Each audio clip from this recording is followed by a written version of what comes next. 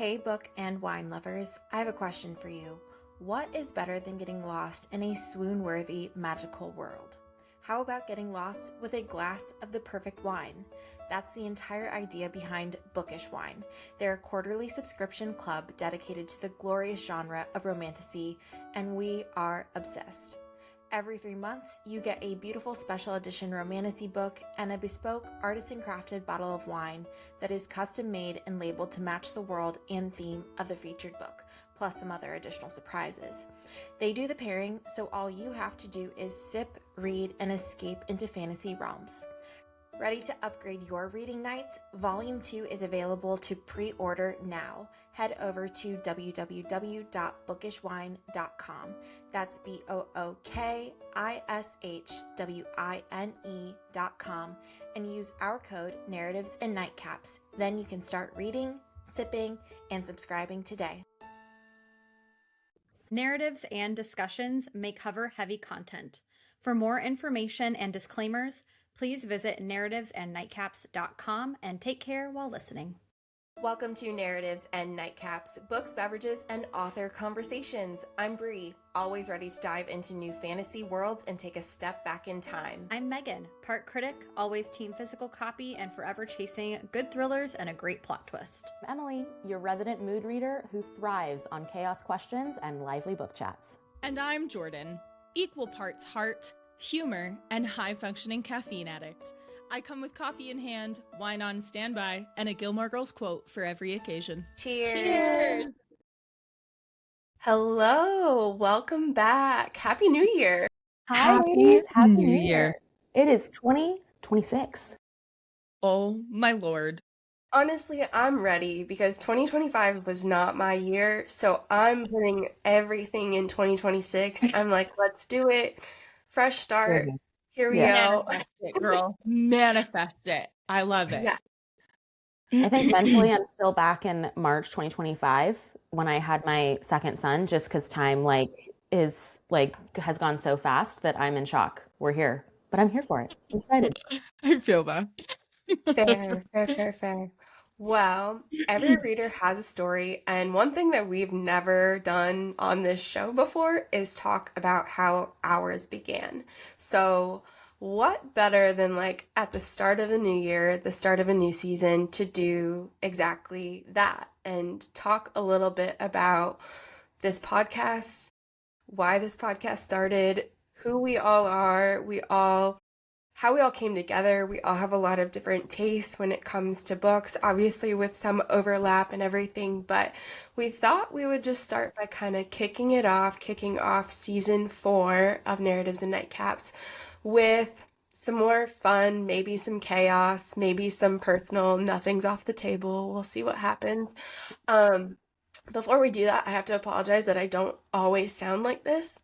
And I will do my very best not to sniffle and cough a ton. We got you. We're happy that you're here. Awesome. Okay, well, let's start with, and it can be quick, but how and why the podcast started.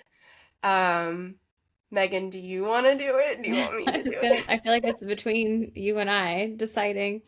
I can tell you what I remember because I feel like I have had baby brain for a long time now, and I just can't get out of that slump for whatever reason. But I remember I was on a walk and I was with my first son and we had just moved to our new house and you and I were talking on the phone and I feel like you were just like, I want to talk to you more. Like, this is insane that we are best friends for however long and we don't talk that much or as much as we want to. And obviously totally agreed with that. And I remember kind of brainstorming from there, okay, what can we do? What do we both love? And I guess for you, Emily and Jordan, Brie and I became as close as we are in AP English in high school.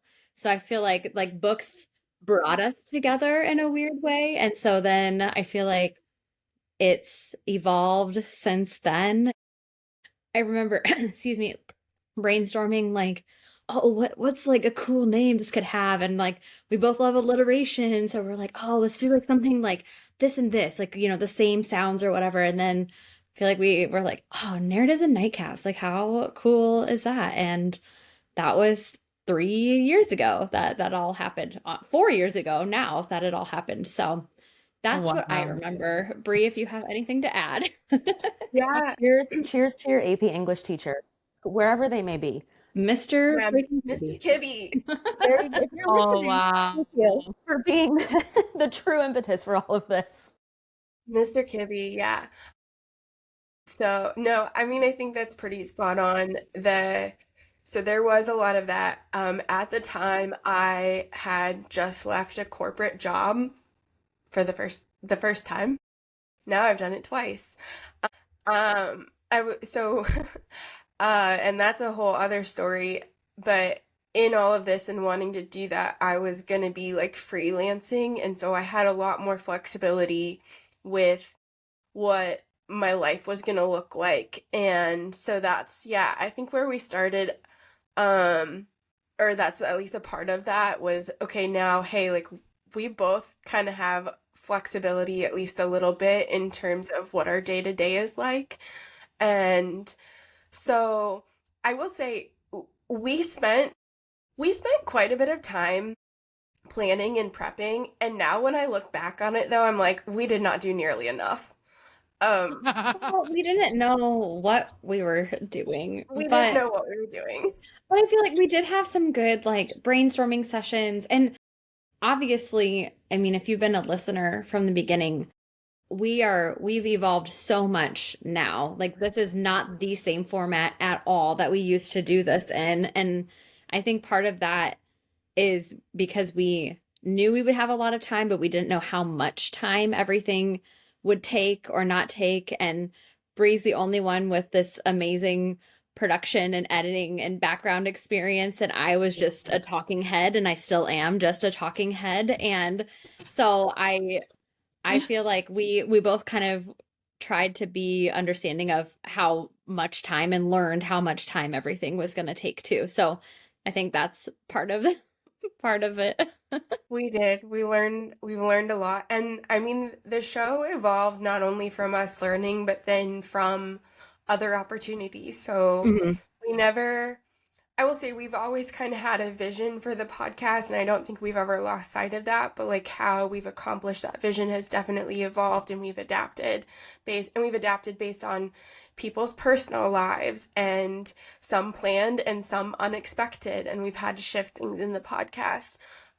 We've evolved because of incredible opportunities. Like, I think in the back of our mind, or maybe we even talked about it, we always wanted to connect with other authors, but we never really saw like what it was going to turn into with all of that. And that is like so cool to this day. I mean, I'm just like blown away by all of that. Um, but it's definitely, yeah, if you've listened from the beginning, this show it's had a different format almost every season. Yes, I think that's part of the fun though. And I will say, That's a great thing. yeah, Part. and I feel like Bree, to your point too, of like we've always known we wanted to have a bigger outreach. So like we started with libraries. Like we were literally emailing libraries, and we're like, "Oh my God, they gave us a That's shout out," or amazing. like their community knows about us now, or whatever. And then that evolved from libraries. We talked about going into bookstores at one point, which we still haven't done, but I think that's definitely on the radar. And now we're, in this author interview position, which has been amazing. And the ones that I've got to be part of, I've loved, loved, loved doing. And I can't wait to get back to that too. Some. What else to say? I mean, I know. this Well, I week feel has like been that it's a good transition then, because you talked about how we've had to, do things based on personal lives and things like that. So, me, Megan, my personal life had a child, had to step away from the pod. And that's where we spiral into Emily and Jordan joining us. yes. Emily So came first. I don't know let if Well, I Bree wants think, to yeah, so I share. should say, yeah, so Emily was a guest Yes. on one And of I was our there. Yep, Megan was there.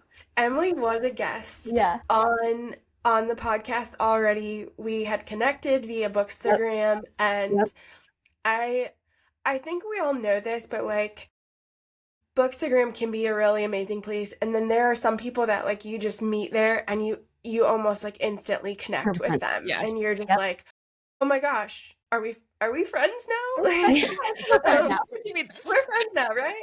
Yeah. Yeah.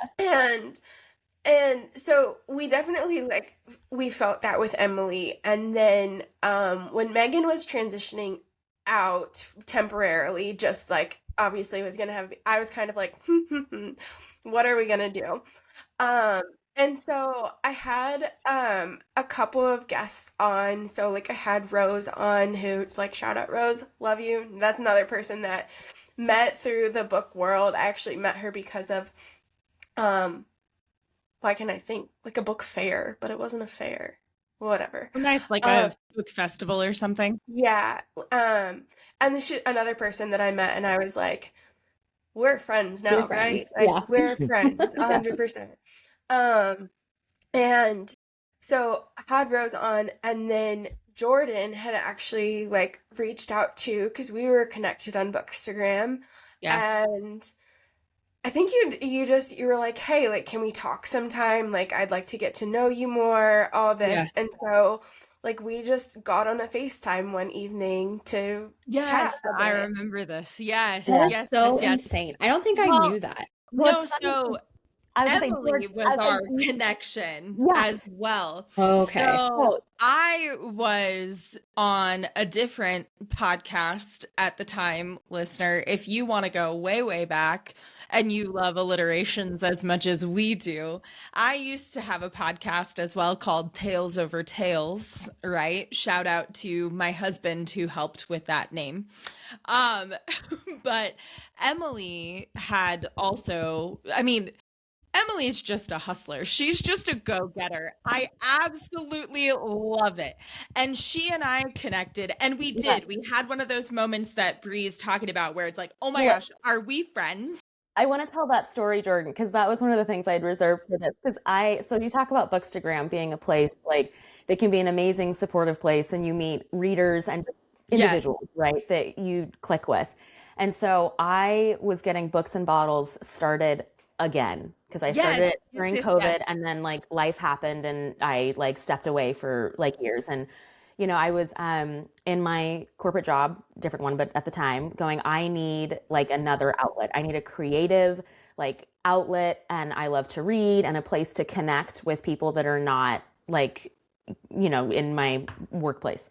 And so I restarted Books and Bottles, and we all know Instagram and the algorithm and trying to connect and get your stuff seen. And like we could spend a whole series of episodes talking about that. But in my attempt to just connect with other readers, I remember, Jordan, I came across your profile and I sent you a DM like out of the blue, Yes. just going like, hey, like, I love your aesthetic. I think our like content is pretty similar. Huh? Like, would you be open to just supporting each other, with Yes. just our content, right? And book recs. Yes. And I remember I was so nervous to send that because it was just a cold DM. I mean, it's a cold DM. Someone could come No. back and be like, any number of How responses. much you're gonna get back? It's true. Exactly. You just start it and then never And reply. then And leave you're you like, ghosted. Right. And so like I sent that, and then I just like remember, Jordan, you came back almost instantly with this like capital yes, and then like kept typing.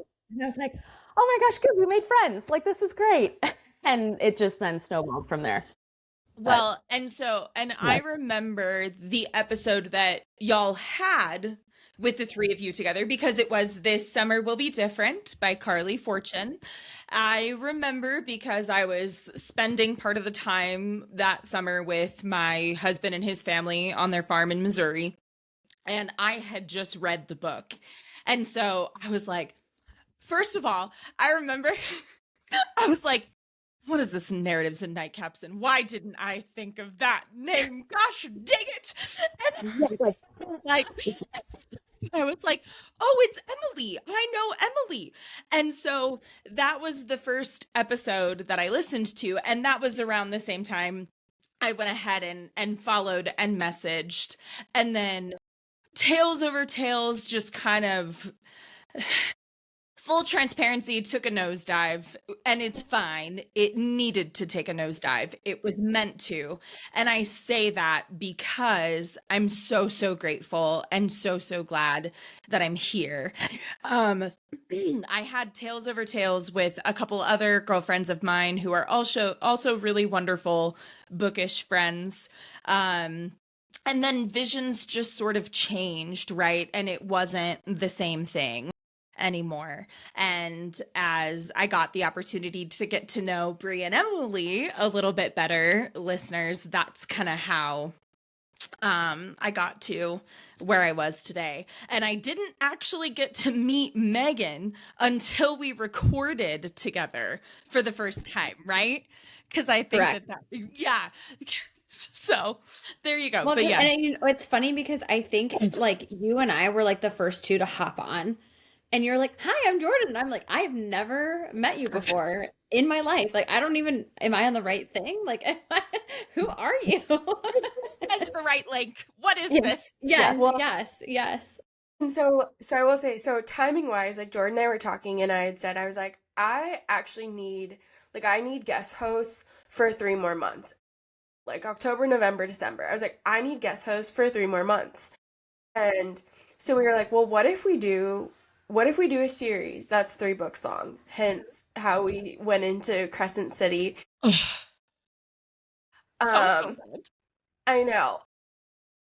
Full transparency too, like my personal life took a nosedive.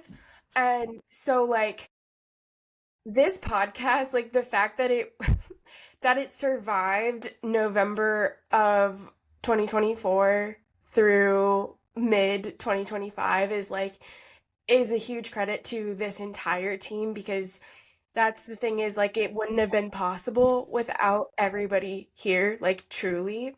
And so I remember just like thinking, I'm very much like everything happens for a reason. And October, November, December, I'm like, oh my goodness, if we hadn't made those connections and been like, yeah, let's do this for the remainder of the year, like I don't know what, it would have just imploded. Well, I have to laugh because Brie, I think I told this story on the episodes we recorded for Crescent City. But like when you and Jordan, it was a text message or a DM or something, like you did a Yes. group chat, right? Reaching out to me to see if I wanted to join on Crescent City. And I was like, oh my gosh, they're connected too. This is wonderful. Like bookish friends. This sounds great. And then the proposal you had was, hey, we're going to do one Crescent City a month, one for October, one for November, one for December. And listener, Crescent City is like a doorstopper. Like it's Yes, like, yes, a yes, yes. giant, massive book. And I remember my response back was something to the effect of like, I'm in, but you expect me to read one of those in a month? Like that And is now way look at you, too much Emily. read. And now Alchemized. look at me, you creative monster. Come on. And I'm doing several of those a month, and I blame both of you, all of you really for that, but it's wonderful. But it just, I laugh looking back at like, I was going, I don't know how I'm going to do this. These are so thick. It's like a month. Like, this is not going to happen. And it, lo and behold, totally did. You finished first. And if I remember did. No one else would have called that. Thankfully, I had a work trip during that time, so I had about 10 hours in an airplane that was some quality reading time at that I moment. love it. Yeah. I love that. I remember The that. humble But beginnings. so all that to say, it made a lot of sense for all of us to kind of come together and figure out what this show looked like with the 4 of us. And so that was season 3. And here we all are today. So Season let's 4. season 4, which, so I mean, Jordan, you kind of mentioned it, but like I'll just say this for anybody that doesn't have a podcast out there. Like having a podcast is really hard. It is A lot. really hard. So I will say that's actually, there's 2 sides to that coin. It's in some aspects a lot easier than you think it is. Yes. In some aspects, it's a lot easier. In other aspects, it is a lot harder than you think it is. And so Yeah. if you look into a lot of statistics, like there are not many podcasts that get past like 20 episodes. Mhm. And like we surpassed 100 episodes, which just feels like such an amazing milestone in Yes. 2025. So I'm super grateful for all of that, because Yeah, it's easy, but it's also not easy. And at the same time, we'll get into it. Like we all have personal lives, we all have working things going on. So it's not just the personal coordination, it's also the logistics of everything else. But here we are. Here we Um, are. I am really curious about for every person, do you remember like what was the first book that hooked you or made you become a reader? So I have a question to this question. At Okay. what age? What age are we talking? Like in adulthood, like made you want to continue reading, or like book one that you remember that you're like, yep, I love reading I books. mean, I would say go either or. I personally I know like the two books that hooked me when I was like young. Like I know Okay. exactly which two books they were.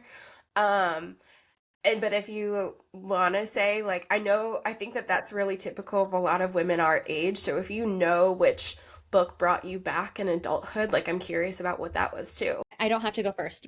I was just asking the question. Okay, I'll jump in Emily, because go. I would say this is a three-part. I'm going to answer it with all ages. So I remember the first book, like, and this is childhood, my like favorite book to read when I was a little kid was The Cactus Hotel. And so I grew up in Phoenix, and I know it's like not on the radar Never unless heard of you're this. in Arizona. But I loved it. Growing up in Phoenix, as I said, like it was a children's book that talked about the life cycle of a saguaro cactus and all the Mhm. different desert creatures that the saguaro cactus feeds and supports in the ecosystem, from like the ground squirrel that eats the seeds to like the owls and the birds that, make a home, hence Cactus Hotel, to, like the shade it provides the coyotes. And I don't know, it was fun to read a book that was about all the desert creatures that we saw like at the zoo or that were talked about, because that's where I grew up. So Cactus Hotel has a soft spot in my heart. That was like my favorite childhood book. I think though, as I got more into like reading, I don't want to say adult reading yet, but like reading on my own or like, longer form chapter books, Nancy Drew, for sure. That's mine. That's on Okay, mine. Nancy Drew. I had the yellow, I see the yellow in your like video. Yes. Yep. I lived for those, and there's about a million of them. And I remember every Christmas or birthday, there would be like another one in the series. I loved Nancy Drew. So that would be like I think my part two on that one. Never got into the Boys, but Nancy Drew. No. No, and then life happened, lifed. But I will say that I am the total stereotype of Akatar, being the adult, like getting me back into reading as an adult. Okay. Akatar would be the act three, if you will. Okay. I love that. I Yeah. love Love that. it. For me, I kind of always grew up reading. Uh, Ironically enough, for you listener, my mother's maiden name is Reed. So, There you go. my grandma Reed was always reading. I always remember a book around. I always remember books around. Growing up for me, it was the Junie B. Jones That's books. also on my list. Damn it, you guys are taking I all my thunder. I grew up on a lot of those. I definitely read a couple of The Little House on the Prairie, although I didn't make it through all of them. I didn't make it through all of Nancy Drew either, but those ones There's are too many. special to me, especially because my paternal grandfather, my grandpa, got those for me. The series though, especially that I remember hooking me growing up as I got to reading on my own was Harry Potter. I'm just I'm a huge Harry Potter girly. So much listener that my bridal shower, in fact, was Harry Potter themed. I gave my bridal party no other instructions. I just said Harry Potter. And Love let me it. tell you, they ran with it and they did a Love it. fantastic job. So yes, I remember Little House on the Prairie. I remember Nancy Drew, Harry Potter. I feel like I've always been a reader. I don't know necessarily that I had like a period of a slump. I mean, I probably did. Kristen Hanna, I remember, is an author that really brought me back. As well as, to your point, Emily, I think with ACOTAR and Fourth Wing and different things throughout the last several years that have just kind of sucked me right back in, if you will. But I'm trying to remember. I don't know that there was ever a moment for me that I like wasn't interested in reading. If that makes sense. So yes, definitely was big on Harry Potter, big on Nancy Drew, and trying to remember if there was any other series really, but those were. I'm with you, Jordan, and I'm sure Megan and Bree, you can probably relate too. Like I've always been a reader, but there's periods of like more reading is happening versus like just Sure. casually like, you know, I go back to that Crescent City story, you know, one book a month versus like now several.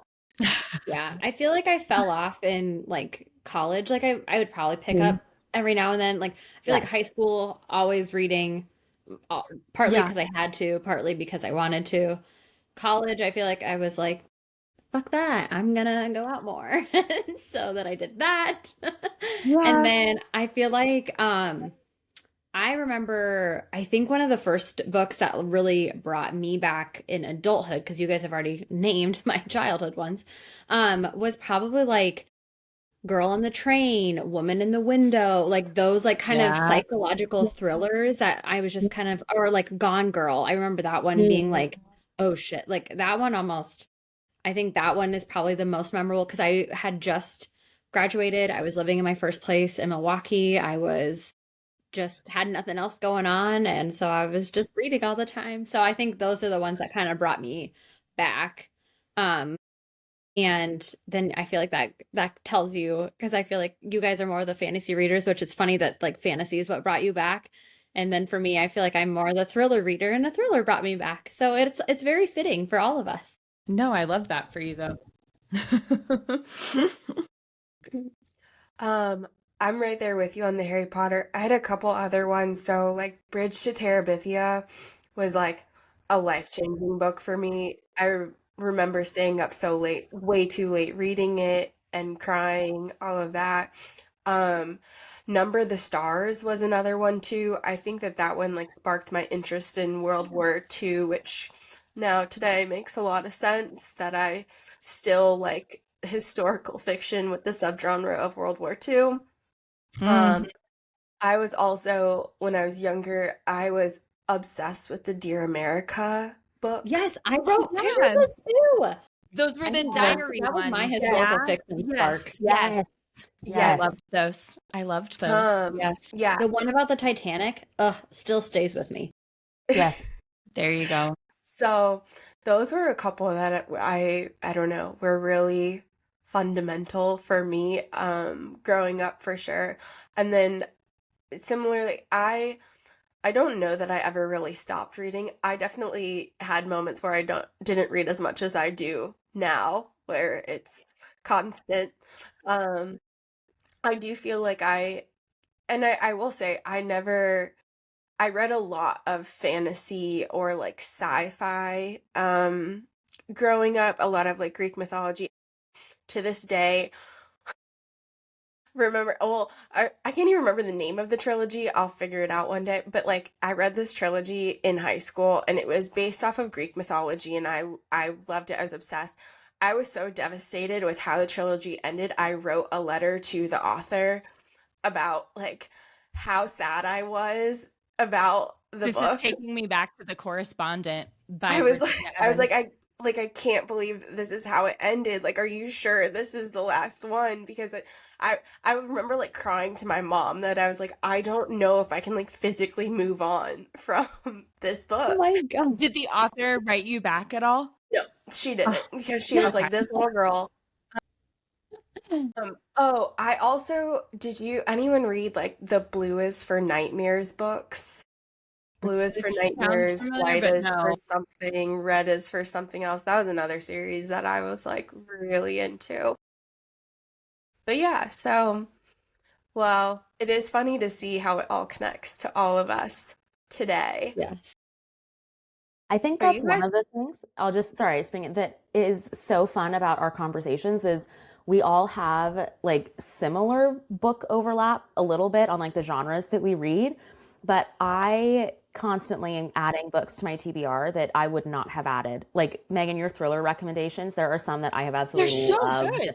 That they're Oh so yeah. good. I would never have picked them up because I would have stayed in my little like historical fiction romantasy corner and been happy, but not known the great other books. And Jordan, like the romance suggestions that you have, like we'll talk about the BK Borison one, but there are just ones that I like Yeah. would not have picked up, you know, and I could go on about all the, I mean, we have more similar tastes, I think, on the romantasy front, but just all the books that I was reflecting on before this episode that I probably wouldn't have picked up on my own or like moved them up my TBR to read in that moment if it hadn't been because of our book conversations. And I think that's what's so fun is that we have those different views, right? And bring those different tastes to the conversations. I totally agree. I love that for the reading recaps because I know we may sound like a broken record, but there's so much variety. So it's like there is something for just about every reader, Oh, yeah. which I think is really cool. And I love what that does to my TBR. I mean, that was one thing too that when we started this podcast, we wanted it to expose us to different genres and different authors. And so I love that we've never lost sight of that vision and like wanting to be a space for all types of readers too.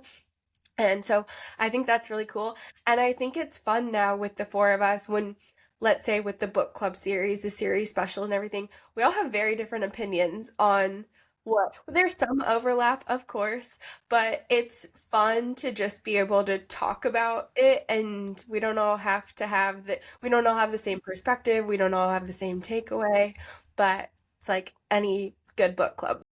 Yes. Yes, exactly. No, I love that too. Okay, let's transition a little bit and get a little more personal so people can maybe know a little bit more about us. So I'll start by saying we kind of mentioned it. We all have jobs. So what does everybody do for work? Jordan, do you want to start? Sure. I work in the lovely industry of insurance, specifically commercial insurance. So I am a commercial insurance underwriter. You may not know what that is. I promise it's not boring. It does have its fascinating moments. You can look it up if you want to know. But any of your commercial entities, businesses, contractors, manufacturers, restaurants, they all need insurance, right? So I, as an underwriter, assess policies and risks. I get to do that all from the luxury of my home, which is wonderful. I'm super, super grateful to live in the world of technology where I can do that from home. So, yes, that is what I do in my daytime. Megan, you go. Okay. I'm saying I think we're in stunned silence, Jordan, because that requires like quite a bit of. I know you've went a lot of time in certifications and you've spent time I in New did. Jersey, and I couldn't even begin. Like I know insurance, obviously, right? But I couldn't even begin to understand. I think the complexities that you probably deal with commercial insurance and having to review all of that. I that would be anxiety inducing for me. It's a whole different language. Yes, Yeah, it is yeah. a whole different language. Stunned silence is I think when you, sorry, Megan. Go Okay, ahead. so me, Megan, I had a full-time job. I was in corporate America. I worked for a transportation company called Ruan, which is based out of Des Moines. And I was semi IT, like I did internal system connections. So we would onboard new customers and then make sure that their stuff and our stuff worked together. And then after my first child, my husband and I decided that I was going to stay home full time. So I did that. And then while I was doing that, I was like, well, my kid takes really long naps, which I'm very grateful for. And I feel like I have some free time in my day that I can do something. So I ended up working as an assistant for my realtor. So the person that I bought and sold homes or bought houses through. And he encouraged me to get my license. So I am a licensed realtor and a full-time stay-at-home mom. And starting this year, 2026, I'm going to go back to my son's preschool and work there part-time, just as they just always need like assistant teachers. And I'll get to have May, my youngest, in my class with me, which will be so nice. So That's so I cute. kind of have my hand I in love everything. that. Oh, Yeah. This is not good. at all what I went to school for. So you don't need a degree. No, I'm pro college, but you don't always use it, you know? Very true. You kind of use it in your first job. Yeah, my very, very first job out of school What was was your with my degree. So I guess we'll add that. I went to Iowa State, go Cyclones, and my degree was apparel merchandising and design. And I went and worked for Nice. Kohl's corporate in Milwaukee, which I alluded to. And Okay. then when my husband and I got engaged, he is an accountant and he had a fun accounting job back here in Des Moines. So when we got engaged, we decided to move back to Iowa instead of hanging out in Milwaukee. So Okay. that's how we wound up back here. Okay. Yeah, nice? Well, that's me.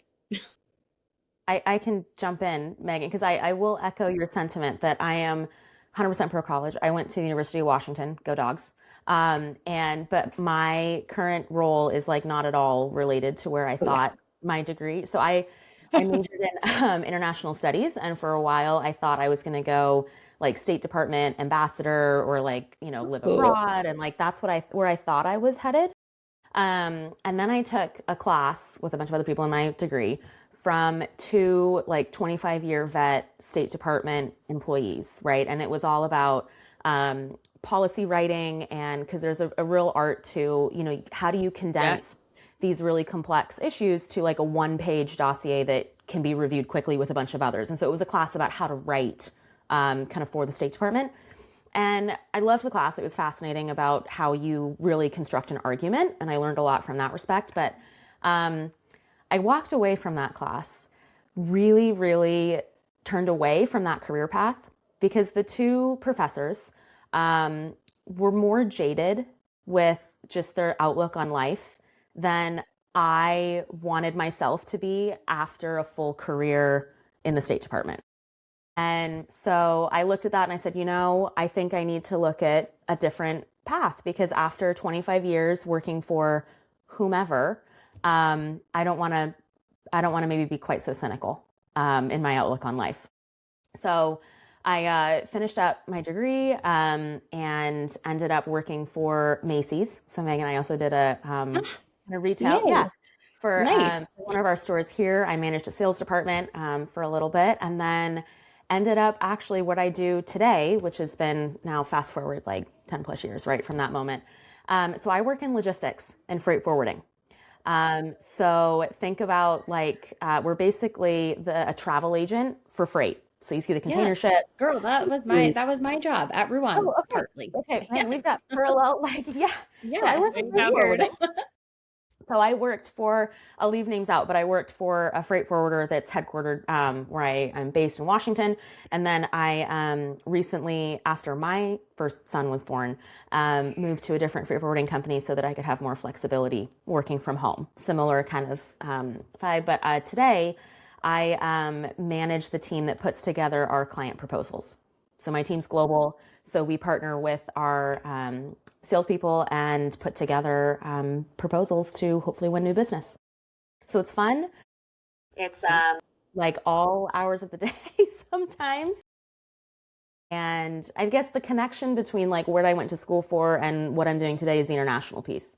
I've learned more about international business and how to work with different teams and cross country teams in my career than I ever thought I probably would. That was a very long-winded answer, but that's what I do. No, I love That's that. I awesome. think that's awesome. Fascinated. Yeah. So Cool. container ships. Well, There you go. I'll segue off the international piece. Um, so I went to school for journalism and telecommunications because I wanted to be a foreign correspondent. Yes, girl. And that didn't happen. I did get a job initially out of school. I was a producer for a television show for a TV station for multiple shows. I was a producer, and similarly, Emily, I like looked around and not a lot of people who'd been there a very long time were super happy. It's a very, very challenging space to be in. And a lot of people do it and they do it with so much grace and it's so incredible to see, but it's a very hard job to be in. And at the time I worked on the morning show for the station that I worked at, so that meant that I worked overnight. I would go into work at like 11 p.m. or midnight and then it would Yeah. work until the end of the morning show was done. So um it was one of those things where I will say I like had the most amazing team. Like I still think about those people to this day.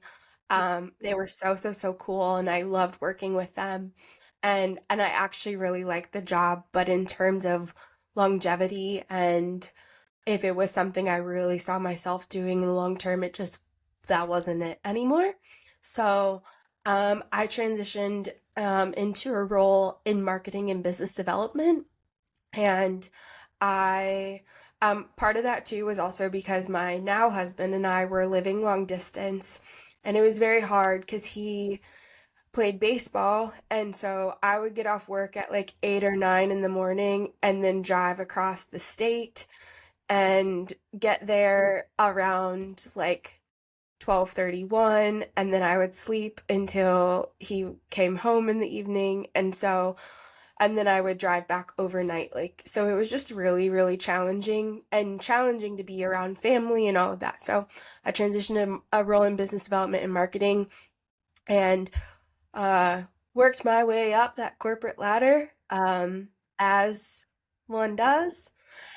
2022 when I decided that that was no longer the path I wanted to go down.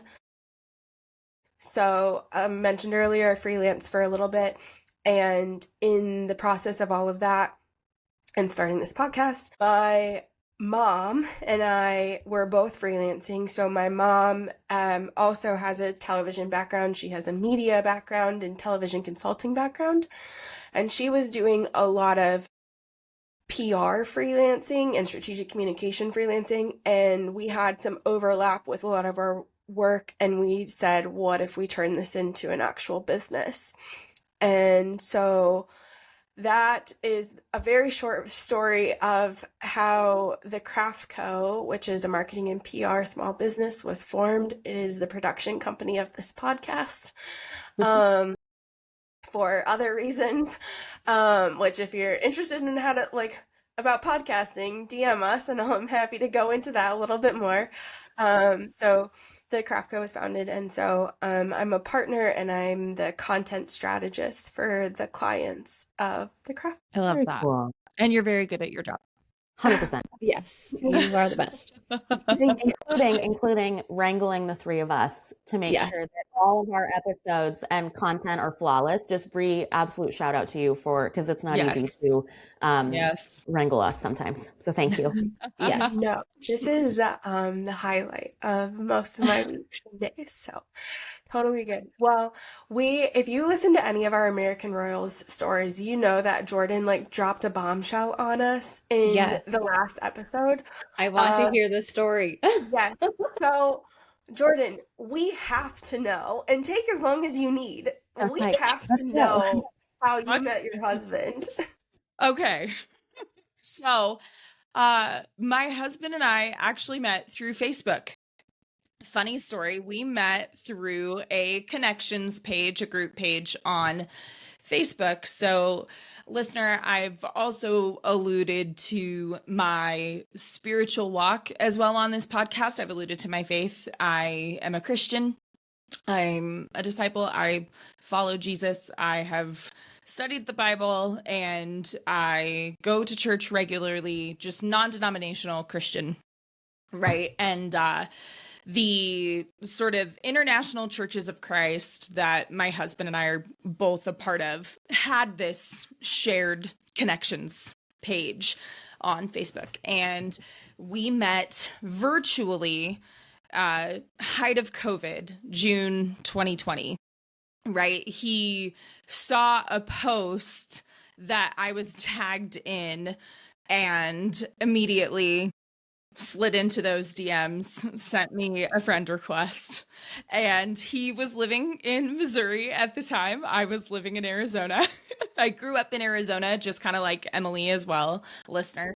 Born in Washington, raised in Arizona. And anyway, yeah, so June 2020, we start messaging. He asks if I wanted to do like a virtual date. So we hop on. Yeah, I think we used Zoom at the time. It was Zoom, and just kind of talking, getting to know each other. It was a really crazy day, listener, because at that time, that day, I had found out my offer had been accepted on a house. I bought a home. And it was also the same day my husband got his job in Kansas City. So we're meeting, just chatting virtually and whatnot. And I think I had said something about, I like to keep a clean house. I enjoy cleaning. I can put on music, I can put on a podcast, I can do whatever and clean, right? And he says, well, I like to cook. My husband is a fantastic cook, by the way, listener. He just really enjoys being in the kitchen, whatnot. So after that connection of cooking and cleaning, he says something to the effect of, so based off of this conversation, when are we getting married? And Date. Just clarify. This is the first date, right? first time we've met, right? Like we've only been texting maybe for like a week or two at this point, like 2 weeks at most. So we're obviously all ladies here, as you know. I'm of two minds at this time, right? As soon as this happens. On one hand, there's part of me that says, you got gumption. You got confidence. All right, I'll give it to you. Okay, amen. And then there's the other side of me that said, where do you get off? Excuse me? And my response at the time, I said, keep praying. Keep praying. And listener, the Bible says the prayer of a righteous person is powerful and effective. And lo and behold, there you go. We've been together 5 years now. So That's just insane, like that something good can actually come out of Facebook. yes, there you go. Well, and it was such an interesting time in my life, right, listener? Like I was co-signing on a house with my mom. I was about to become a homeowner. I was in my late 20s, right? And I, at that time, was perfectly content in my singleness. I remember walking into that virtual date, into that video date, like, I don't need another friend. Like, I'm like, I could take it or leave. I just don't care. And it's so true what they say that's when it happens. That's when you're just like, oh, okay. So yeah, he flew out to Phoenix a few months after that. In October is when we met in person for the first time, and then officially started exclusively dating New Year's 2021, got engaged the following New Year's 2022. So we did over a year of long distance. He moved to Phoenix the June of 2022, just before we got married that October. So wow, crazy. That is insane. That's our little story. Can I ask, like, were you, I guess, because like so much weird stuff happens on the internet, happens in chats. Like, were you Yes. nervous? Were you like, is this like a scam? Is this a real like, is this gonna get weird? Like, what's happening? So we had enough mutual friends. We had enough of like, oh, you know this person from this place, and I know this person from this place. Kind of like degrees of separation and whatnot, if you will. So Sure. that helped me feel a little bit better. And I had met actually other men. I had met other guys from the same connections page. So I kind of already knew that like that was how that page worked, if you will. So yeah, there was definitely a part of me. I mean, like I said, but I also felt like it was low stakes as Sure. Yeah. well. You know what I mean? Like And you were like a that, safe distance that if anything got weird, he can't like just come find you. Megan and her love of thrillers, which I Yes, love to get the thrillers, recommendation. right, dark Like, She Megan, also loves true crime, and like yeah, I'm right there with her on like that. Like, Megan's yes. going down her thriller path. She's like, I got a book, and it ends very differently, but I got a book started. Well, and I also like I've listened to so much stuff that's like it's a catfishing scenario or something where it's like, yes, yeah, it Yes. looks like you do have a bunch of mutual friends, but this person is one of those friends and it's like completely fake and it's so I'm so curious because obviously it worked out spectacularly for you and it's just insane that like something so positive can happen when you just don't know. You don't know what's going to happen. No, and I do caution anybody, right? Like, yeah, don't, I mean, Internet don't, safety, yes. yes, 100%, like, don't, I We're mean, pro don't college, just, we're pro internet safety. What else? What else do we have? exactly, There you go. There you go. That's That's awesome. too funny. But yes, so that's our little story I love it. of how we met. And I'll end it with this. Ironically enough, after we got married, I found out that I wasn't the only one that he may or may not have tried that line on. So Oh, snap. All out. There you go. Yeah. That's hilarious. That's awesome. hilarious. but enough of our Too little. funny. I'm super curious to hear about all of your love connections because I know we're all married women here. So please, Yes. someone else take it. Well, mine's boring, so I'll just kick it off, I guess. It's not boring. Brie actually has a lot to do with this, funny enough. Oh, I love it. Yes. So, okay. Yes, listener, whoever you are, Brie and I, if we haven't stated it already, we've known each other since high school. I met my husband at the beginning of senior year. He had quit playing baseball and was gonna do cross country instead. And I was like, who is this man? And this 17-year-old school boy. senior. We're talking high school. Yeah. Okay. Yeah, we're all 17, 18 years old here. Got it. I was like, who is this? And then he wanted absolutely nothing to do with me. Like I tried so hard to like, oh, we just happened to run into each other and like it You never had worked. It someone didn't meet work. And yeah, so he just wanted nothing to do with it. And then what was it? It was our we have at our high school we had a dance where the girls asked the guys. We called it WPA, Women Pay All, I think is what it is, right, Brie? I think so. And so I was like, well shit, this is my chance. I'm gonna freaking ask this guy. So Brie very kindly let us use her house to paint this gigantic poster asking my husband to this dance. And then we've pretty much been together ever since. So it's been almost 15 years. Oh my gosh, Wow. that's Love you. Just kidding. amazing. I love it. Yeah. Do you still have the poster? No, I actually don't know what happened to it. I'm guessing he threw it away.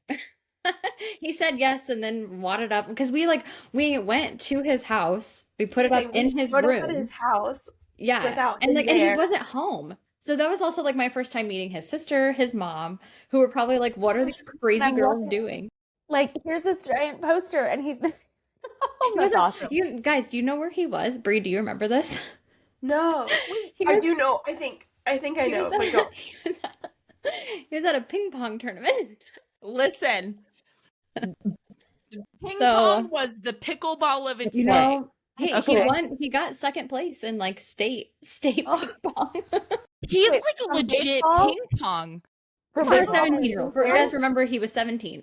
There's like a baseball ping pong connection because Jared's baseball teams also all loved Love ping pong. Like Yeah, it's Jared's weird. weirdly good at ping pong. Yes. Yeah. I mean, He and and Kyle like should when play we go sometime. places, like let's just say we get an Airbnb. This is about to call him out. We get an Airbnb and then we like know there's gonna be a ping pong table. If his other friends are coming, like he brings his own paddle. He's like, I'm not using whatever else I'm bringing my own I'm gonna paddle. win. That is serious business. Okay, I have so many questions because this falls in the same category for me of like people that are on bowling teams, which I'm so in awe of that have like bowling shirts. Like when you bring your own paddles, like is there a bag that goes with it? Do you get like monogram on the Met a little handle? case. Is there like a little like I'm so curious So because here's the thing. pickleball is Not look at- Jared.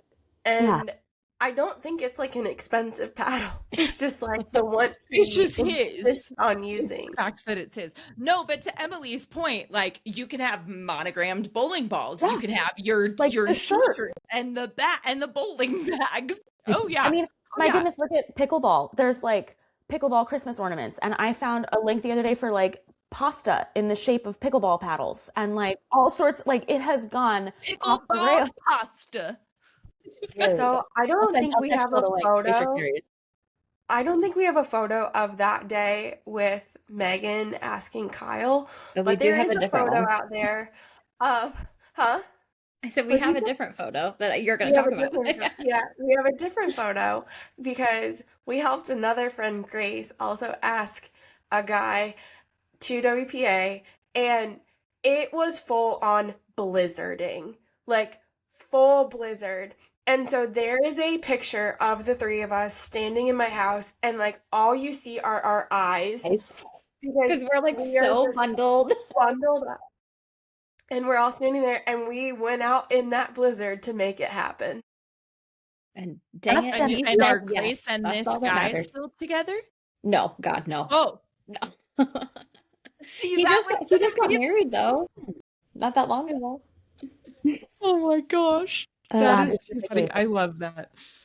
Oh. Yep, you do weird things when you're friends with people for a long time.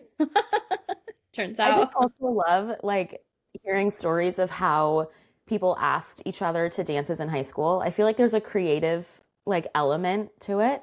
I had a good Oh, yeah. friend in high school that she was asked to prom by the guy. You're gonna laugh at this. The guy put a goldfish in her locker, and so we were like in on it to like help get her like locker combo.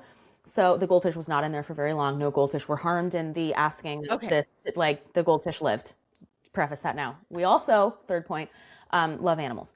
But Pro so animal. yeah, he put a goldfish in like a little like jar with a note that said like, of all the fish in the sea, will you go to prom with me? Cute. And she had the goldfish for I don't know how long, a year or so. Goldfish don't live very long anyway, but you know, for a significant amount of time after that. It was cute. Oh my I just gosh, think I those are love fun that. stories. That's super my cute. gosh, You that is super brought cute. up a recovered memory for me, and I'll probably share the full story off the pod, but Megan will remember this. My senior year prom date, like got arrested like right before prom and Days almost before.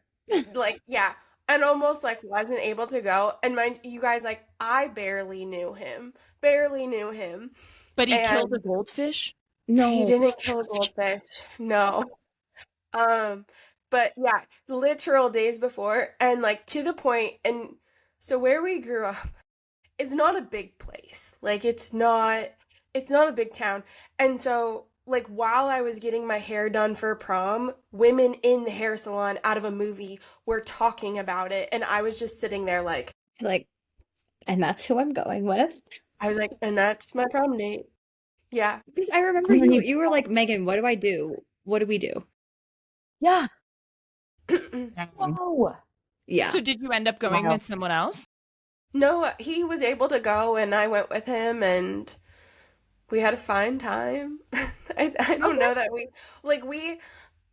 Megan coordinated me going with him too. Just so that you would be in our group. Yes. Because it's not like you weren't like seeking him out. It was just like, hey, No. we're all friends. Let's just go. You need We a all date. You wanted need to a go date. together Yeah. in the Yeah, same yeah, yeah. group. Yeah. Yeah, fair. So no, we went together, and like it was fine. I don't know that I actually talked to him a whole lot, Probably not. but it was very dramatic.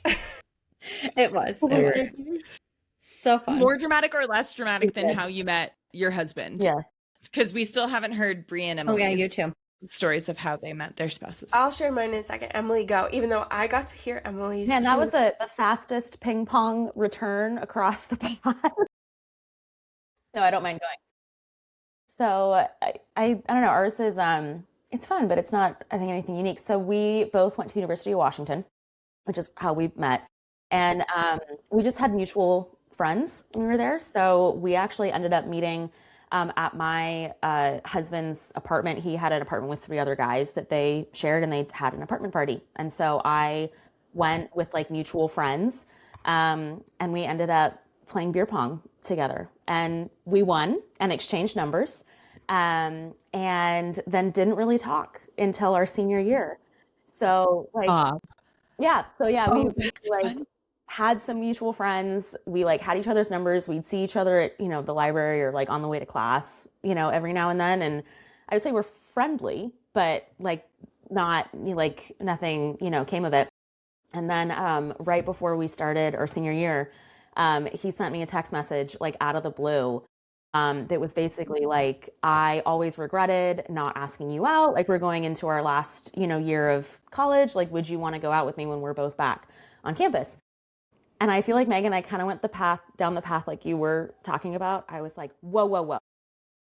Where are you coming from? This is out of the blue. Like, we haven't talked. Like, what's your game? Like, I went total, like, disbelieving. I mean, I said, yeah, sure. But I was like definitely putting on the brakes, because I was just not, I was being cautious. I'll put it, that's maybe. Of course. So, we laugh about it now, but he would like ask me to dinner and I would be like, I'm busy. How about coffee instead?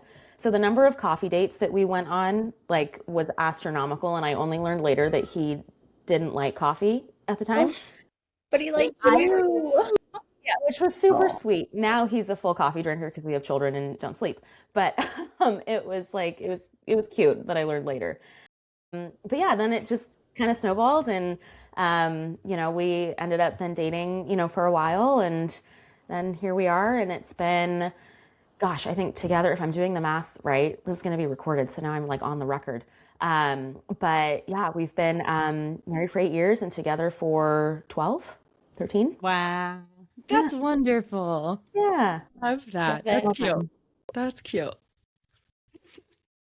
Brie. Well, similarly, Jared and I met in college.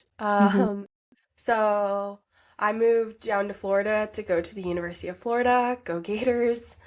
And Jared and I'll tell you guys the real story, but I like to make it up for strangers. I just like to fib a little bit. But Jared and I met in marriage and family class, and um, and I didn't like him.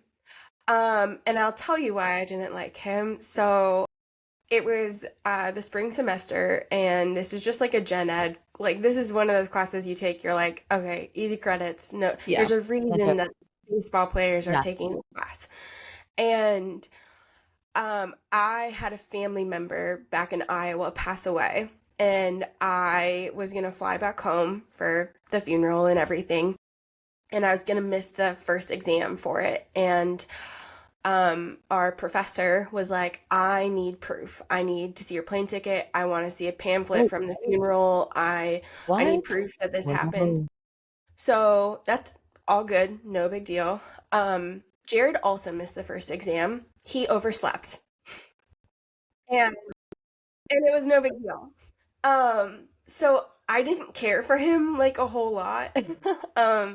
Because I was like, what the heck? You're just some jock who is getting away with this. So, all that to say, I got invited to one of his baseball friends invited me and this other girl that was in class to one of their baseball team parties.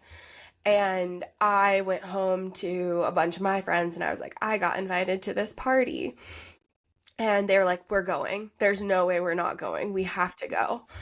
And so we went, and Jared and I started talking and just kind of hit it off. And so then, like, I guess we like saw each other during class and stuff through the rest of the semester. And he grew on me. I like didn't hate him anymore. But was I don't know, like kind of I was so interested in him over the summer, but we were going in totally different paths, but we pretty much instantly reconnected in the fall semester and have been together ever since, and that's been like 12 years. Wow. There I you love go. that. That's Yep. wonderful. All Oh. because of marriage and family. No, that's a good Love one. it. That's a good story. Awesome.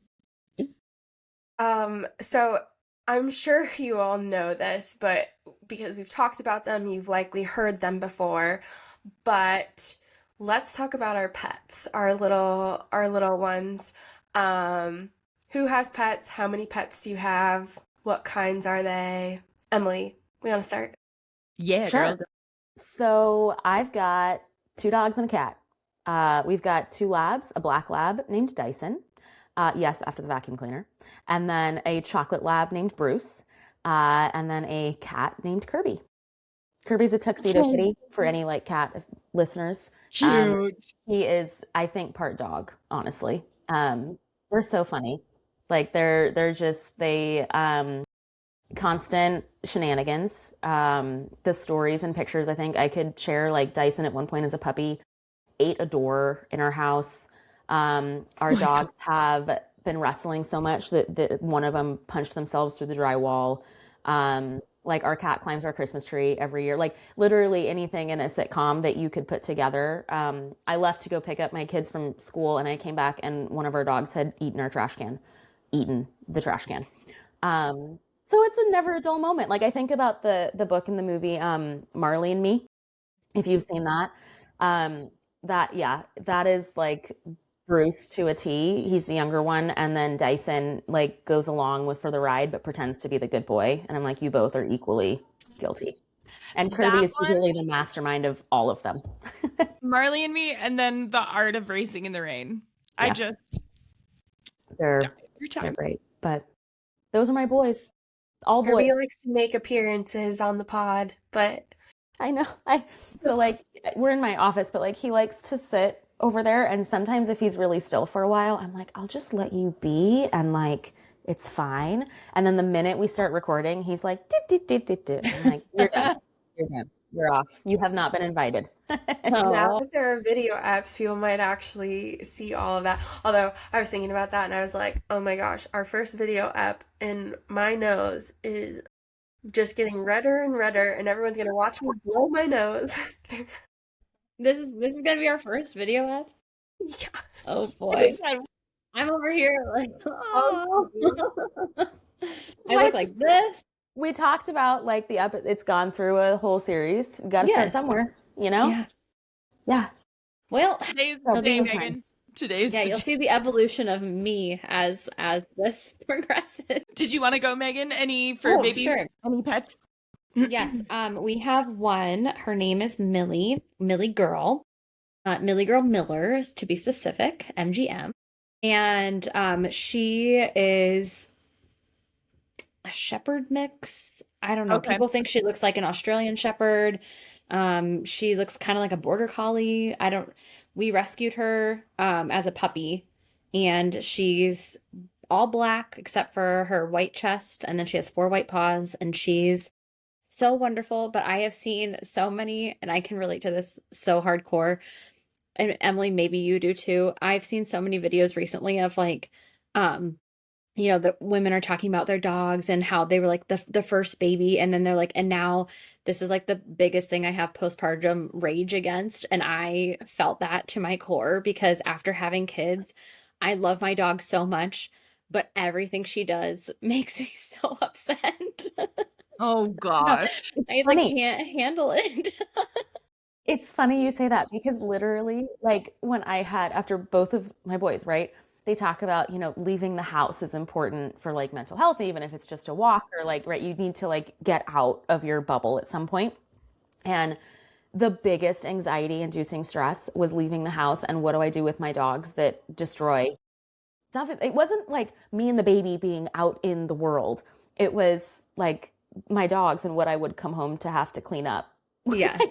Yes. Yeah. Oh, Yeah. My 100%. my biggest thing, because again, love her. Like we've had her since she was a baby. Like she is our first baby, but we call her she sharks. She's a shark. She will just rotate around the kids' chairs the entire time during mealtime, and I'm just like, get out of here, get! Like I have to like put her outside or put her behind a baby gate or something because she will just sit there and wait until food drops, and I'm just like, please just leave. Like, I love you so much, but leave, leave, leave, leave. So Yeah. that's me. We took last story because just the kid and dog thing is so like I'm with you. We just took our two labs to the vet for like their annual checkup and vaccines and all of that, and they're both over 100 pounds.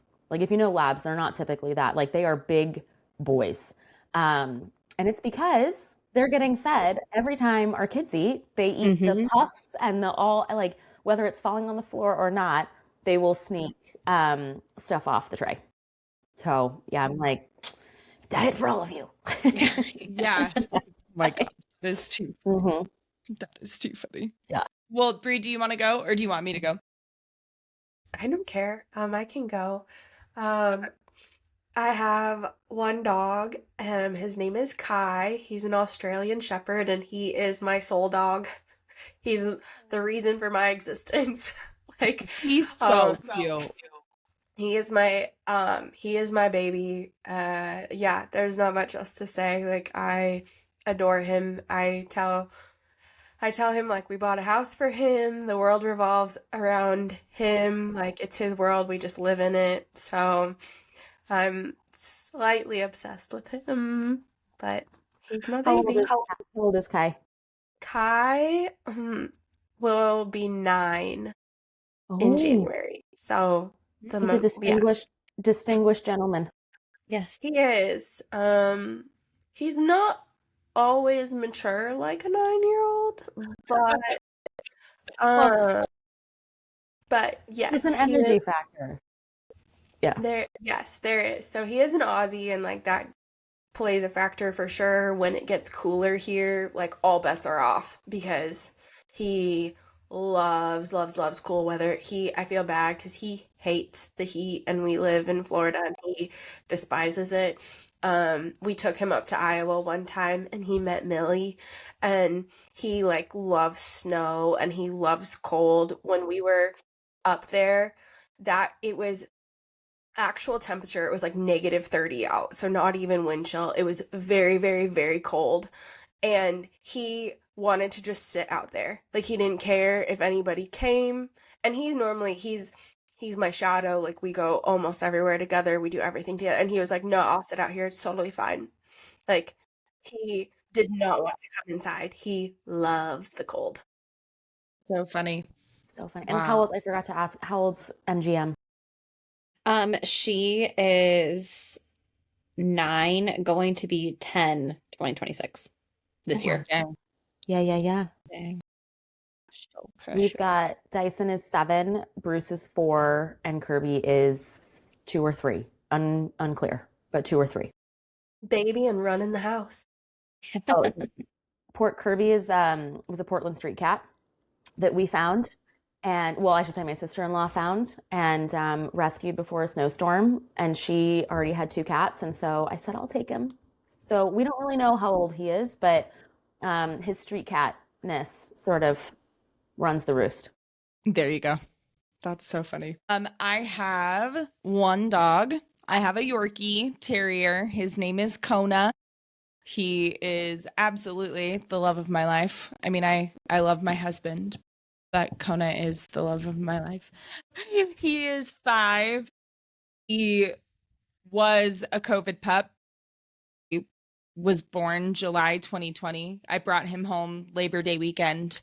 So my husband and my dog both kind of entered my life around the same time. And they had their little alpha battle. They did it out, and now they're like best friends. Best of friends. He was attacked by a coyote last summer. Um, just amazing. You would not even know now that any of that happened, but especially that was like super bonding for my husband Mark and Kona, because my husband being a teacher, he was able to be home and could look after Kona and whatnot. Yeah, he's got the personality of a 500-pound gorilla. Even when he is 15 pounds, let me tell you, he will huff at you. He will let you know when things are okay, when things are not okay. And he rules the roost. Like you say, it's your world and I'm just living in it. I Yep. definitely feel that with Yep. Kona. 100%. But yes, he's our only for now. I would like to get another dog eventually. Just do. Just I embrace the know. chaos. I Coming know. from the one who I think has the most, just embrace the chaos. I'm trying. I want to so bad. We will. We will. Okay, I think we have time for like one more question. So, which Ooh. one would you guys like to do? Do we want to talk about like hobbies or favorite things outside of like work other than reading? I don't feel like I know, I mean, we all connect over reading, obviously, but I think that's kind of a fun thing. I can certainly start. I'm a Peloton girly. I love my bike. Ooh. I ride my bike at least 5 days a week. Ew. I do love going for a walk. Anything outdoors, I'm definitely there for. Hiking, walking, just about any of that. Growing up in the desert, I was always around pools. I'm much more of a fan of tanning than I am actually swimming. But I mean, I'll get in the water when I have to, obviously, because that's how you survive the desert heat if you want to be outside. So yes, hiking, walking, my bike. I am definitely, I think we've alluded to being reality TV girlies on the pod as well. Not gonna lie, I live for my trashy TV a lot of the times. My husband's not the biggest fan of it, but that's okay. Um, and I feel like those are probably yeah, those are my big ones. I'm not a DIY girly. I can't craft to save my life. I try. I wish I could. Hopefully one of you is that's more your thing. I'll let someone else take it away. Emily, go. I just get I'm choosing. ping pong. I need to bring my own ping pong paddle to these. No, I'm fine. Yeah, so gosh, I think I was kind of laughing at this question because Megan, maybe you'll relate to this too, but with like full-time job and all the reading and podcast and stuff that we do, which is super fun, and being a mom to two littles, like my time for other hobbies is maybe 20 minutes a week, tops, outside of like so it's going to be a much smaller list. I think, just generally speaking, I love to cook. So my husband and I actually love to do that together. So we like to do, I don't know if I would call it like we made a beef Wellington this weekend because that's like Christmas thing, so we just like to cook together and like do more complicated, fun recipes. We have done our own. He has a smoker and a grill, so we like to cook at home quite a bit. I think I don't know if I would call myself a DIYer because I don't do a ton of it, but I am an overconfident, like I see something on Instagram or TikTok and I'm like, I could do that craft wise. And then it usually flops like 50, 60% of the time. But I enjoy the process of like attempting to make that happen. So yeah, I say I like to cook, but mostly it's just hanging out with my kiddos. They're getting into the age where, we're doing coloring or painting or Play-Doh, or they're helping me cook in the kitchen, or, like, which is just its own fun activity to begin with. We're in Washington, so we always, every weekend, we get outside, whether it's a walk, a hike, a dog park, something like that, but just get outside.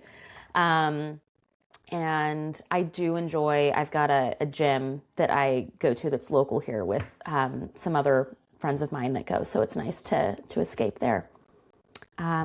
But as I said, my time's pretty filled with reading and being a mom and full-time work and the rest of the crazy. I feel that. I'll go next. My list is like my list is three things. I like to work out, I like to be outside, and I like playing with my kids. Good. That's That's it. it. So That's it. Like you're the yeah, same person. Cheers, Megan. I I'm there with yeah. you. I like to bake. I feel like I used to do that a lot more pre-children. Now it's just like for fun. Um and then I do like to DIY. I've DIY'd shit. I don't know. I've made Brie stuff before. Aw. I've made stuff for my house, but it's It not hangs in my anything to kitchen like more write than home about, anything. I guess. So yeah, it's I made you like a collage letter thing. I don't know. I don't know. Cute. It was cute. Whatever. Yeah. Um, but yeah, I feel Emily, I feel you totally. Like I just don't have a ton of time, and so when I do, I frankly like to be a little selfish and just spend it on myself. So if that's like getting to watch a TV show by myself or getting to I belong to a local yoga studio that I like to go to, so Perfect. I try to do that every morning. Yeah, so if I have free time, I like to be alone.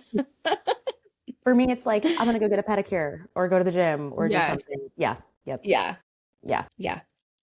I think it bothers I feel like it bothers some of my family members that like I'm not like super introverted, but I feel like I am at times too. And like I feel like so my mom, for example, like if I'm home or if she comes to visit, she's like, let's do. And I'm like, if I have someone here watching my kids, I'm gonna be by myself. Thanks. Like I don't need to go shopping. I don't need to do these things. Like I'm good just being in quiet. I don't need to just because I already do. I don't need to do anymore. Yeah. Mm. Yep. Yep. So Yep. I'm with you. that's where I'm with I'm at. stage of life. It's all Yes. temporary. It all changes. But yeah, Yes. That'll I'm change. Yes, right there 100%. with you. But and my son now is at an age where he is like able to and really liking doing different sports and like different activities that way. So I feel like we're already getting into that like mom life of like charting back and forward to different practices and things like that. So again, when I can just be alone, that's great. I feel that. I do too, and I don't have kids, but I feel that. Let's see. I also like to go to the gym, um, and I love to spend time outside. Most of the time, that's just walking my dog or taking him somewhere and going for a walk. I like the beach, but I'm more of a mountain girl. So I do try, like, traveling is super important to me, and my husband and I try to take at least one hiking trip every year somewhere new. Um, Come back to so that, Washington, West yes, Coast, West Coast. our Washington trip this past year was like so amazing. I want to go back. It was incredible. Um, did I say I like to bake? I also like to bake. I don't know if I said that. Um, I like to do puzzles. I do love puzzles. So, yeah, I am someone who has like pretty bad anxiety, and puzzles helped me out a lot. So I do a lot of puzzles. Love a good puzzle. I guess that's about it. I like to spend time with my husband. Like I'm if I plug him a lot, it's because I think he's pretty cool and I genuinely enjoy him. So, a lot of times it's just hanging out with him, and he's very much into sports. So, I There you I go. tag along for whatever that means. Okay, I have a question for the bakers on here. Have either of you, do you have a sourdough starter or gotten into the sourdough train? My husband tried over Okay. COVID, and that Okay. was a flop. Like he could get everything going. Like the starter was good. It was growing. He was measuring stuff. It was very But like yeah, sciencey. And then yeah. every time we went to bake it, it was the a brick. It was just a brick of bread. Yes. So that's as far as we got with sourdough. Mm. I haven't been sourdoughing, but I have ventured into the bread world. But sourdough, I haven't tackled that, but I have been doing some breads in my Dutch oven, just not sourdough. But I'm more of a sweets baker. Mhm. Like I do like to make, like when I make bread, I mean we I made one a couple of weeks ago. Like we went through the whole thing and I loved it. Um, but I'm much more of a sweets baker. And it's funny, I asked because I like have a sourdough starter that I started like before my second son was born, didn't survive that initial postpartum period, started again. And I've had more luck with the sweets on the sourdough Mm. side, like scones from sourdough starter or like the discard pancakes, waffles, even homemade Cheez-Its, that kind of stuff. Oh, The bread, Homemade Megan, cheese. I have flopped every time. yeah. It is a I don't know brick. what the secret And is. I I have really tried don't. like measuring like 30 grams for 40 grams and like 3 hours of proof versus two, and it flops every time. So I keep sourdough starter for scones and pancakes and waffles. Have you done the Yeah. sourdough like cinnamon rolls? Ooh, no. Because that's really good. Okay, that's one. Add that Those to your sound list. amazing. Sounds so good. I I love mean, that. I love a good scone. Emily, next time I'm in Washington, can we have scones? We can have Yes. scones for sure. I'll have sourdough again because I didn't have it the last time because it, like I said, it's taken me like 7 months to get back into to sourdough. But yeah, for sure. Too Very funny. nice. Well, I know for me that all of this has obviously just been a really great bright spot. And so I love the direction that we're going. And the thing is that you make of it what you want to, right? So like even if the direction changes, that's okay. And I think going into season 4, you're going to see and feel a little bit of that, listener. Like, yes, we still have so much of the regular, content coming that the author interviews, the reading recaps, the series specials and things like that. But again, just being able to continue making this space our own and whatever that looks like. It's a major high for me and it's one that I love and enjoy. So that's my that's my thought. that was well said. I have no notes. I'll just echo.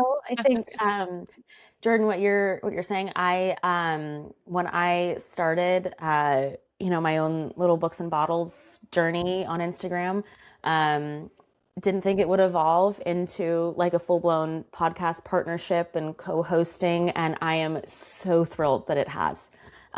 This is always the highlight of my week when we do recordings and get together and get to chat. I absolutely love when we're chatting in our group chat about like the whether it's our 3 emoji review like on what we're reading or like what's upcoming or just random questions. It's become an absolute highlight across the board.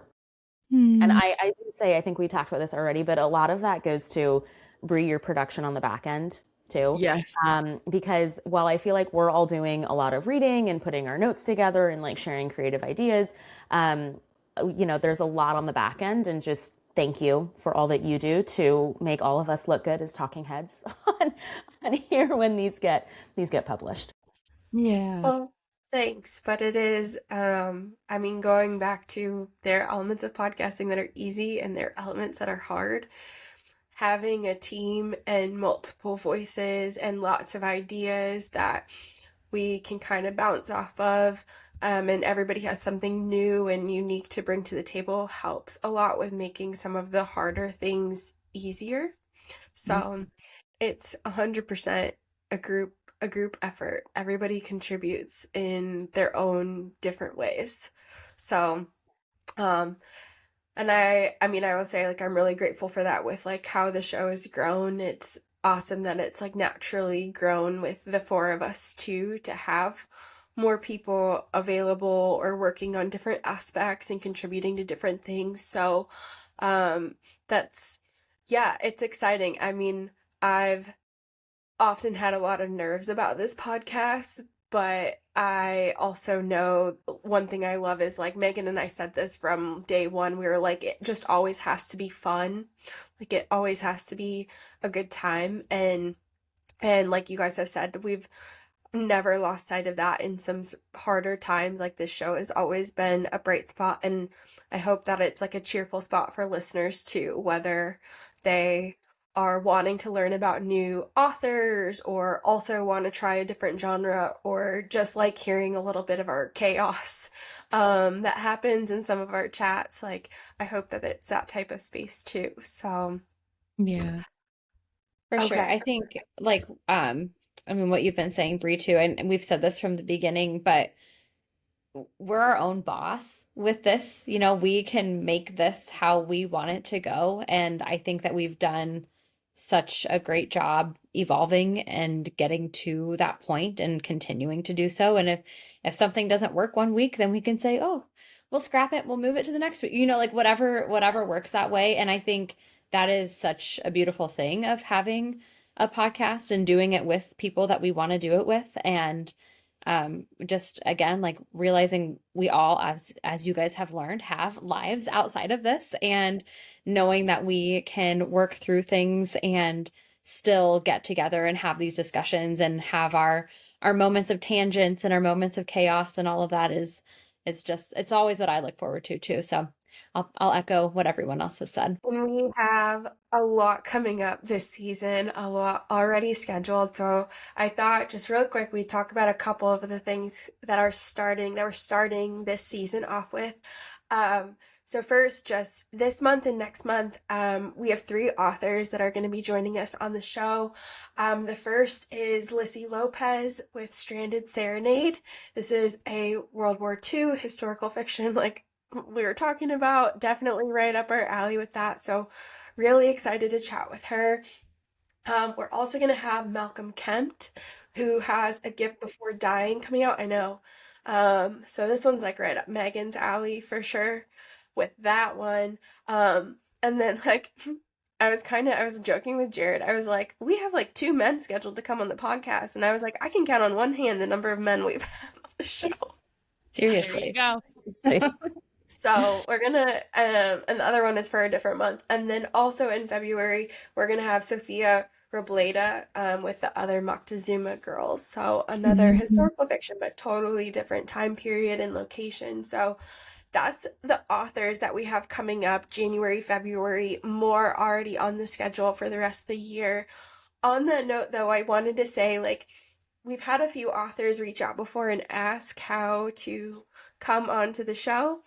And so, a couple of things. One, you can always DM us. But I will say, like, sometimes DMs and everything, they can get a little, it can get a little hectic within all of our work lives too. But we have a contact page on our website, narrativesandnightcaps.com, or you can email us at narrativesandnightcaps@gmail.com. The contact page just gives us a little more info about you. Like, do you have a book coming out? If so, when is it coming out?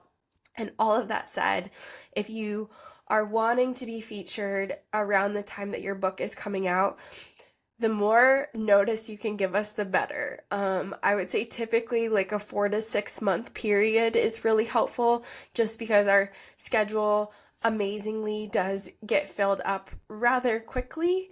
And so we love to be able to work with you, because part of the vision of this podcast now is being able to support you too in your efforts and wanting to be a space for a lot of different voices. So, but yeah, we would love to hear from you, whether you're indie, traditionally published, or in between. Like, everybody's welcome, so feel free to reach out if you are at all interested. We also are kicking off this year with a new series. Jordan, what book are we reading? We're starting with the Red Rising series by Pierce Brown. I know Emily is so excited. We're all so excited. I cannot wait. And I feel like January is a really great time to dive into this one. I had mentioned in previous episodes, listener, Red Rising has definitely been receiving a lot of buzz. It's a pretty big hype out there at the moment, up and coming, and so we are excited to dive into it. And if you want, talking about formatting, just talking about all the different changes and things that we're doing. So we actually are kind of kicking off like a live chat almost to people, like a read along. So if you're interested and you're thinking, this is the time for me to dive in and read this series, and what a coincidence, my favorite podcast happens to be reading at the same time, and you want to chat with us, hit us up and let us know, because we are very excited about this one. And I think it's gonna spark some really great discussion. I feel like I'm a broken record and I probably say that all the time, but I truly mean it. So yes, definitely check it out and be on the lookout for that one. We are so excited for this next season and want to say thank you again for being here and for supporting the show so far. Yes. And of course, as you know, listener, listening provides us so much support. If you want to go a step further, we would be so honored and so grateful. Can always just click that rate button, review, subscribe, let us know what you think, and we enjoy interacting and hearing more from you. So please keep letting us know, and you can check us out wherever you listen. Plus, in addition to everything we've just mentioned, as if that wasn't enough, we will get back to our monthly reading recaps. So sharing all of our recent reads, we talked about all of our different reading preferences and genres. It covers the whole gambit and most of our reading recaps. We're just here to help you grow that TBR. You're welcome in advance. Never an issue with that. Here is to another season of stories, sips, and of course, a little bit of chaos. Cheers! Cheers! Thanks so much for listening. The Narratives and Nightcaps podcast is a production of The Craft Co., with intro music created by Remington Haynes. Subscribe to the show on Apple Podcasts, Spotify, and YouTube. Follow at Narratives and Nightcaps on Instagram, or visit our website, narrativesandnightcaps.com. Sign up for our newsletter to always know what we're reading next, which authors are joining us on the show, and for extra bookish and beverage info. Connect with our additional co-hosts, Jordan and Emily, as well. You can find me on Instagram at Cozy Reads and Sips. And you can find me on Instagram at books.bottles. Cheers! Cheers!